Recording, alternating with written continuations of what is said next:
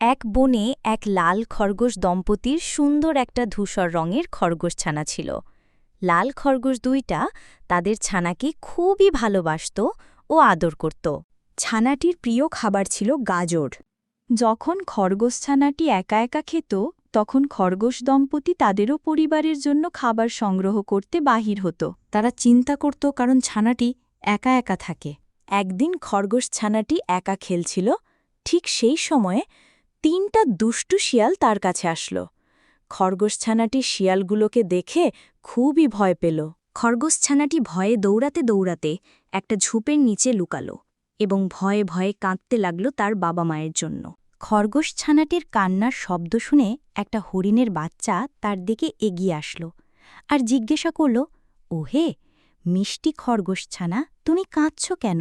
খরগোশছানাটি সব কথা বলল বাচ্চা হরিণের সাথে।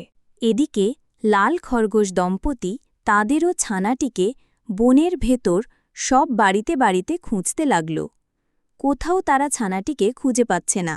এদিকে হরিণের বাচ্চা ও খরগোশছানা এবার হাঁটতে শুরু করল খরগোশছানাটির পরিবারের কাছে পৌঁছে দিয়ে আসার জন্য। এটা বুঝতে পেরে খরগোশছানাটি আনন্দ করতে লাগল ও নাচতে শুরু করল।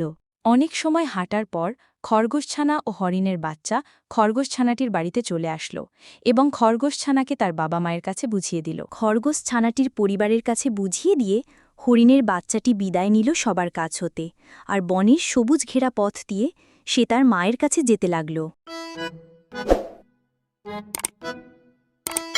খরগোশছানা এখন আর একা একা খেলা করে না। সে সকল খরগোশছানার সাথে মিলেমিশে থাকে এবং বনের ভেতর সকল প্রকার খাবার খায়। আর এভাবেই খরগোশছানা ও তার পরিবার আনন্দ উল্লাস করে বনে বাস করতে থাকে।